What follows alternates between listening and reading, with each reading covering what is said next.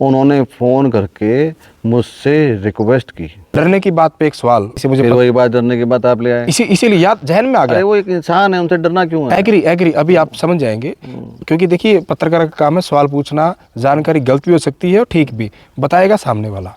आपको लेकर सवाल है, जब दुष्यंत चौटाला हिसार से सांसद थे, दिल्ली 18 जनपद पे कोठी थी, तो जो उनका घर था 18 जनपद पर दुष्यंत चौटाला का, मुझे कहीं से जानकारी मिली कि जब मीनू बेनीवाल वहाँ होते थे 18 जनपद पे, और जब अभय सिंह चौटाला वहाँ आते थे, तो मीनू बेनीवाल पिछले दरवाजे से कोठी से बाहर निकल जाते थे। मैं होता ही नहीं था वहाँ,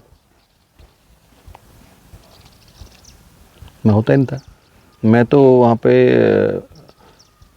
जुलाई 2018 के बाद शुरू किया मैंने, मैं होता नहीं था वहाँ पे।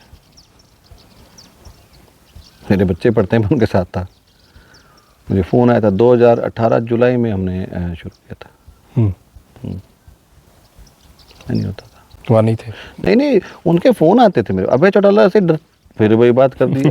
मैं अरे जो जानकारी मुझे बताई गई, आपसे क्रॉस चेक कर रहा हूँ। मुझसे तो उन्होंने समर्थन मांगा एक बार। कब? मुझसे डर किस बात किस का? चुनाव में? एक चुनाव में, जब उपचुनाव में मुझे फ़ोन करके कहा था कि यार सेठ मेरा थोड़ा कर।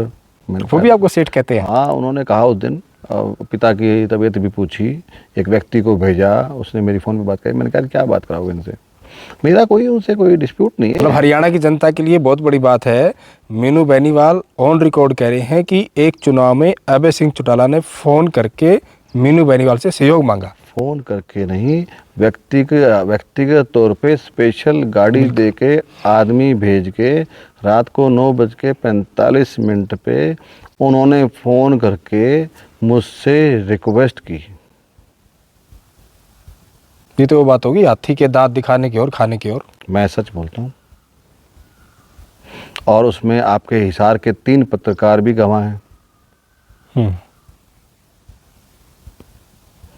वो उस वक्त मेरे साथ खाना खा रहे थे।